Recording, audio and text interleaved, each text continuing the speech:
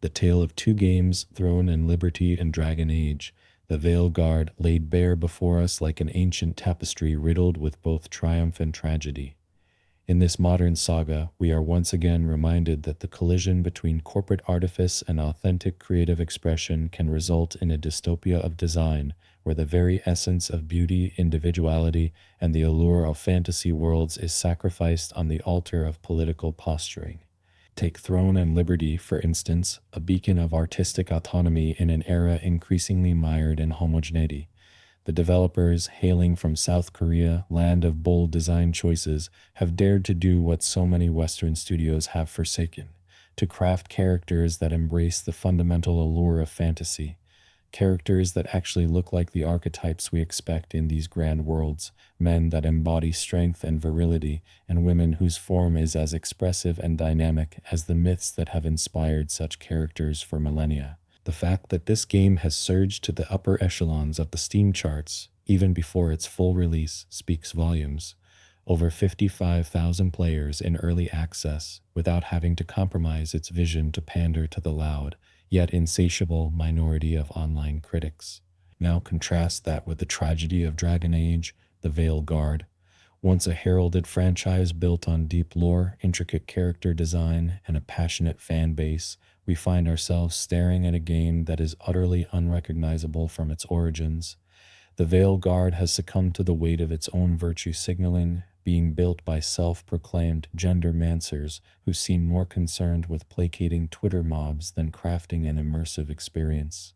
The numbers do not lie. As this game languishes at 122nd place on Steam's bestseller list, it is hard not to wonder if BioWare has traded its soul for temporary cultural clout, only to find that those they sought to please are neither interested in nor capable of sustaining a successful product.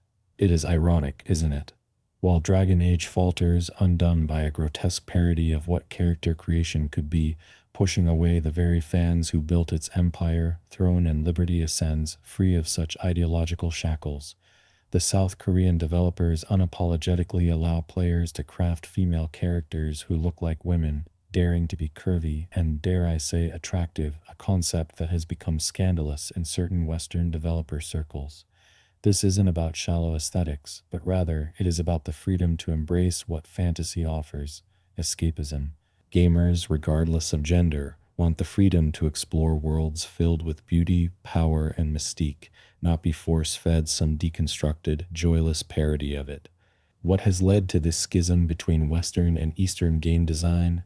It cannot be boiled down to a mere difference in culture, for the divide runs deeper into the very foundation of what it means to create.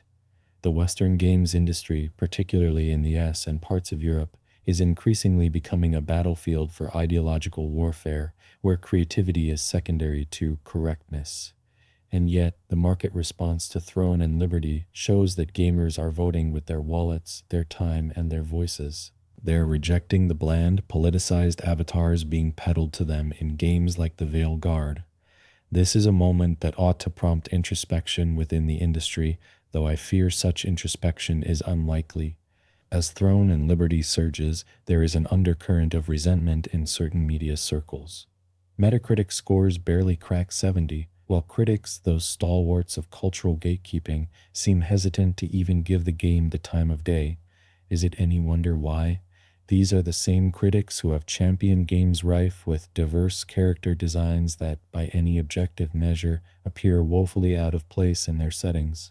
When a game like Throne and Liberty offers a counter-narrative, one that embraces the traditional values of aesthetics and beauty, it threatens the very ideological framework these critics have spent years constructing.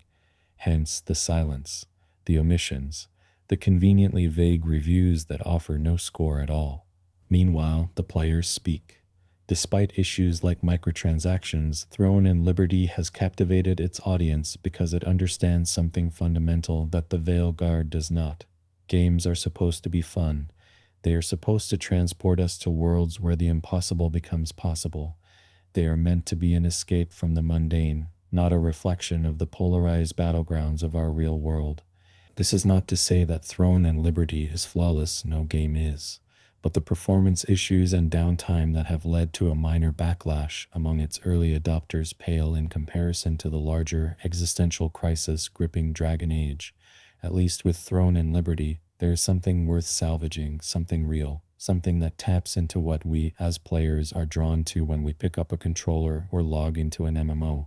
With the Veilguard, all we see is a once glorious franchise spiraling into irrelevance, trapped in the web of its own unholy marriage to identity politics. In the end, the success of Throne and Liberty and the failure of the Veilguard are emblematic of a larger reckoning within the industry. Gamers are done being lectured. They are done being told that their preferences are problematic or that the escapism they seek is outdated. They are, in essence, revolting against a system that has, for too long, tried to force feed them games that no longer represent their desires or the fantasy worlds they fell in love with. We are witnessing the beginning of a new era where gamers are no longer afraid to demand better, and developers who listen, developers who dare to embrace what makes games games, will reap the rewards. The question now is, will the Western gaming industry heed the call, or will it continue down the road of self-destruction?